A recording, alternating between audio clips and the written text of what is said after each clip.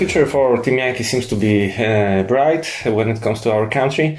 And how do you feel about the game, Arek? Because there is some controversy around it when it comes to other historical players or hardcore players, so to speak, because there are some arguments that it's not realistic enough, that it's like 40k but in the Third World War, and that there's some problems when it comes to the realism, but remember, it's a game, not a simulation. And how do you feel about it? Because I personally like Team Yankee for its simplicity, but it's not...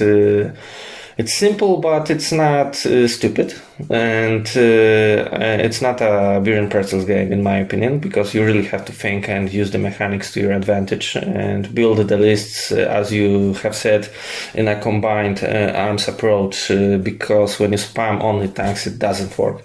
Well, you can spam 4 platoons of British infantry and it could work, but it's still something that's not really happening at the tables in Poland right now. And what are your thoughts about the game? So the first thing about the historical thing, which you mentioned, I can agree in some extent that this game might be seen by some historical players as not historical, and I agree with this statement. But we have to, as you mentioned, also remember that this is just a game, not a simulation. There are plenty of other systems which deal with more historical approach, when you just run maybe 5 or 6 vehicles and small infantry squads, and it's a lot of tables like something similar to Panzer General, etc. And it looks and feels more realistic, but it fails us to attract new players, and also in the tournament scene. That what Team Yankee has for it, it's that this is very dynamic system. And it's built on a great rules of the Flames of War rulebook, because this is just a similar system with extra rules added to the weapons, like guided rockets, choppers, and the night vision things, which didn't came in World War II before the Panthers with the Uhu SDKZ trucks. And infrared, yes. Yeah, that's true. And remember, it's based on a book. At least it began with a book by Barry. I know it's not Barry Doyle. Barry Doyle is for Violent Victory. However, there's a book called Team Yankee, and it's a fiction about a war that never happened. So we have a lot of experimental stuff on the tables and in the army list that never saw combat and never were built en masse. And on the other hand, there are some people saying that the scale is not great because you have parking lots, and that the game would be better if the scale was smaller, like 10 or maybe 6mm. And there are some people that I personally know, maybe not in person, but I know them from the other side of the pond, that would say that 6mm is still too big, because you would have to play the game on like 4 or 5 tennis courts in order to make it realistic. But still, how do you feel about the 15mm problem that some people see in the game? Okay, first thing is that there are nuances in the rules of the system. Like you have to check the line of sight from the gun mounts of the vehicles. So if they would go to smaller millimeters like 6, it's very hard to, even with a laser rangefinder or something, to check if you see something from the gun mount which is barely visible to you, and so it wouldn't work with how the rules are written.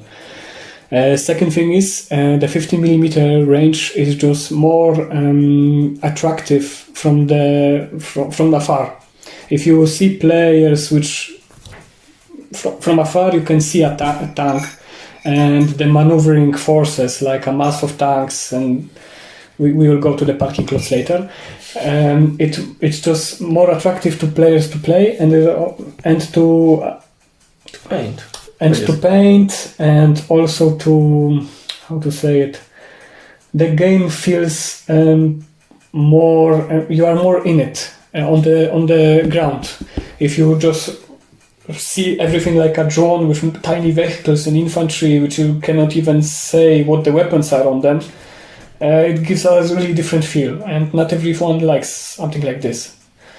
So about the parking lots, I think mostly the problem is that this game was supposed to be played as 100 points as the normal Flames of War, which with the amount of vehicles you can get even by putting infantry in is just too much. And also what's different about Team Yankee, which is from Flames of War, Flames of War is divided into 3 periods, from 1339 to 41, which is early war, 42 to 43, which is mid-war, and 44-45, which is late war. And those systems are pointed differently, and they cannot play with each other. So it's like 3 games in one game. In Team Yankee it's different because you can use every weapon which is in the game. The points comparisons are like a T-55 can cost 1 point, and a Leopard 2A5, which is one of the most expensive tanks now you can field, is 17 points a piece. So you can get a full battalion of tanks, of T-55s, but you don't stand a chance in a firefight with a Leopard. You only advantage the numbers. And I agree this looks like a bit like a 40k approach, but I think it's good for the balance. And as the results of our tournaments in Poland showed, a spam of T-55s, which is feared, or BMPs doesn't work if you know how to counter it and build lists to counter it. If you run only heavy tanks, then you make it's uphill battle from the start. You can then screen it with infantry, and you can be still fine and grind the T-55s through 6 rounds, but you have to get the good mission and play correctly. So it's more about the strategy and not only the list. It's about the strategy and how you use the tools you take and how you design the list to have the tools you need. So would you say that the game is easy to learn but hard to master?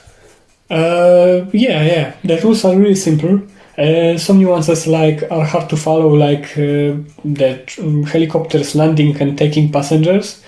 But the game has its facts updated like one time a year or 2 times a year. And also the designers are also very active on the Facebook page.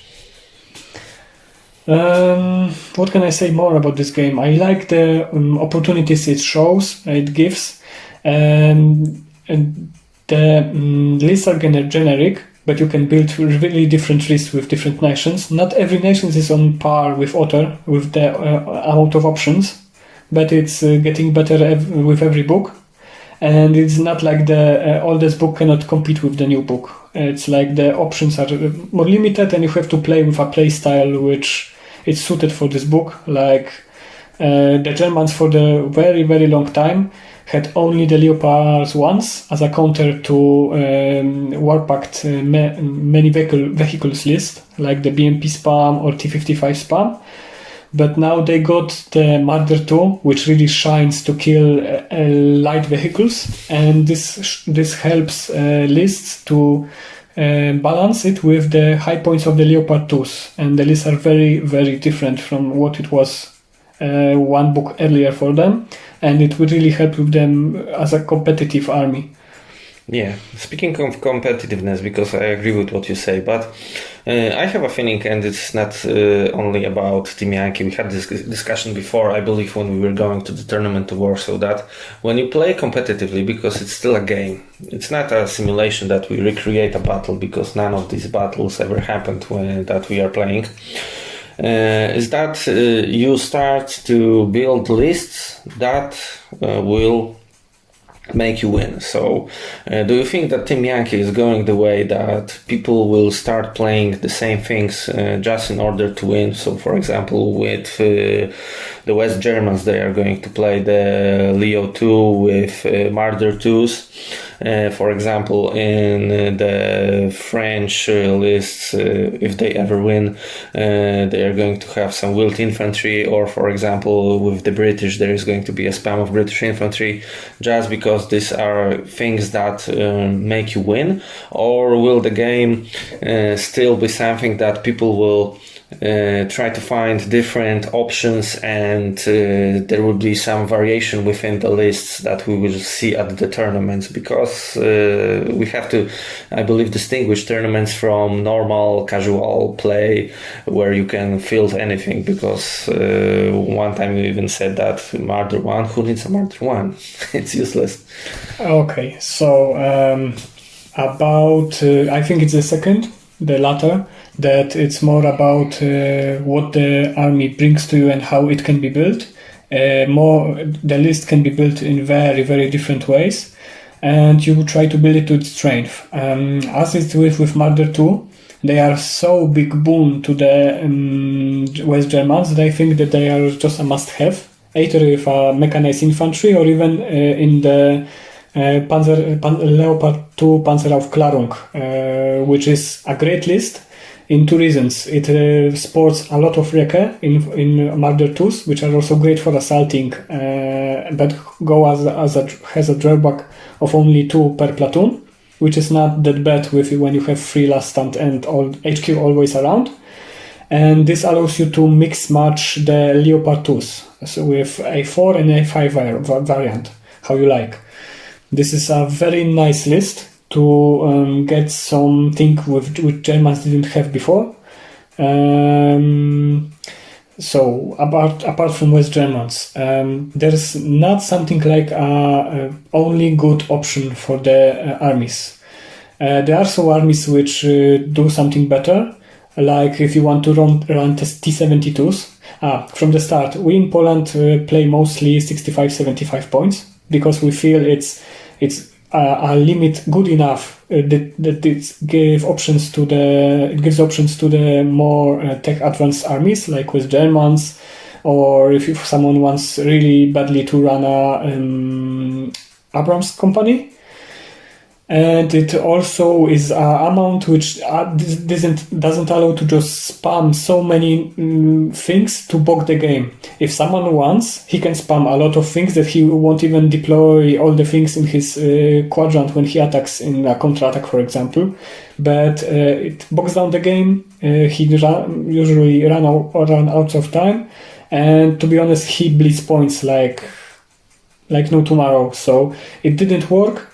Some people were very enthusiastic about T-55 hordes here in Poland, and they didn't do well, despite what the internet was claiming, that they are unstable and heavy tanks are not good and shouldn't be played. But with heavy tanks, if you know how to use it, when you build lists around them and you play aggressively, think ahead with the mission and the strategy, they can do really, really well. And it's also being seen at a tournament. I ran Shock T80s. Some people started running challengers. Abrams are always seen in the US lists. But apart from what the tournament showed, and I was very skeptical about this, it was when the Bradleys show and the Warriors showed, for example, for British and the US. I thought that they were overpriced and they don't have a place really in the meta, but the people tried them and they did really good with them, like the list winning the tournament, which I spoke about, with Warriors. And also the list with Bradleys, which did really well in the Orsztyn tournament, which I lost to with my Soviets. Again in contact. I hate this mission, but it's good. It's hard. So there is not like there's one meta list which everyone copy and play with it. There's plenty of options to choose from in Team Yankee, and this is great because you can build really, really different lists. And also with the new releases, the armies which are like struggling for many reasons, get some equipment which allows them to compete in some manner, like the latest Warsaw Pact book allowed the T-72Bs, which no one did have apart from the Soviets at the time, but it made like the Polish lists, which were, I think, the worst War Pact list which you could field, because it didn't offer anything substantial apart from other War Pact nations, but for a bit bigger cost. Now are able to field assault monster of a T-72B with a 3+ counter and a 3+ RAL remount. So, and also front armor 18 isn't that bad as I thought when I run Iranian chieftains, for example, which are only front armor 17, and they could hold really many things, which I was surprised by it. So that's interesting, and it's surprising when Arek is surprised, because some of you might know that he's a multi-time attendant of the European Team Championships when it comes to Flames of War, and he took podium not once. So if he's surprised, it has to be something about it. Anyway, how do you think the future for Team Yankee will look? Because we have some releases coming. I believe we have this Red Dawn, yes, in this year, that's going to be released. So, Attack on America, and finally, yeah, finally, and it's not going to be through Alaska, and I believe NATO is next. I don't know about the next NATO books. There are some rumors that the NATO book will be next, and it looks like it's most likely, because I think the French, the Netherlands, and despite that they are okay, they need some more tools to be on par with the other armies which got already the second revision, like the West Germans, Americans, and the Soviets. And in December we will get the book Red Dawn, which will sport for sure the paratrooper Soviet VDV units, some BMD-1s, BMB-2s, maybe we don't know anything about the tanks, but I think that maybe we will get something new. We're waiting for the spoilers when they will come, and we hope that, as all the books which Battlefront releases, brings something new to the list. Like the last West German book allowed a West German player to field infantry, aggressive infantry, hit on 3+, or veteran infantry with almost no tank support. And it wasn't a thing before. It brought other tools, which are great anti-spam counter, and also allow a lot of playstyles which weren't that... Germans in helicopters. Yeah, Germans in helicopters. It sounds funny. But okay, great. So thank you, Arek, for our today interview. Hopefully we will have an opportunity to talk soon. Maybe at the end of the season we will sum up the Polish Team Yankee 2021-2022 league, and we shall see how it goes. So thanks everybody for listening, and see you next time. Okay, thank you for having me, and I hope we will you will hear from us soon. Yeah, thanks. Bye everyone. Bye bye.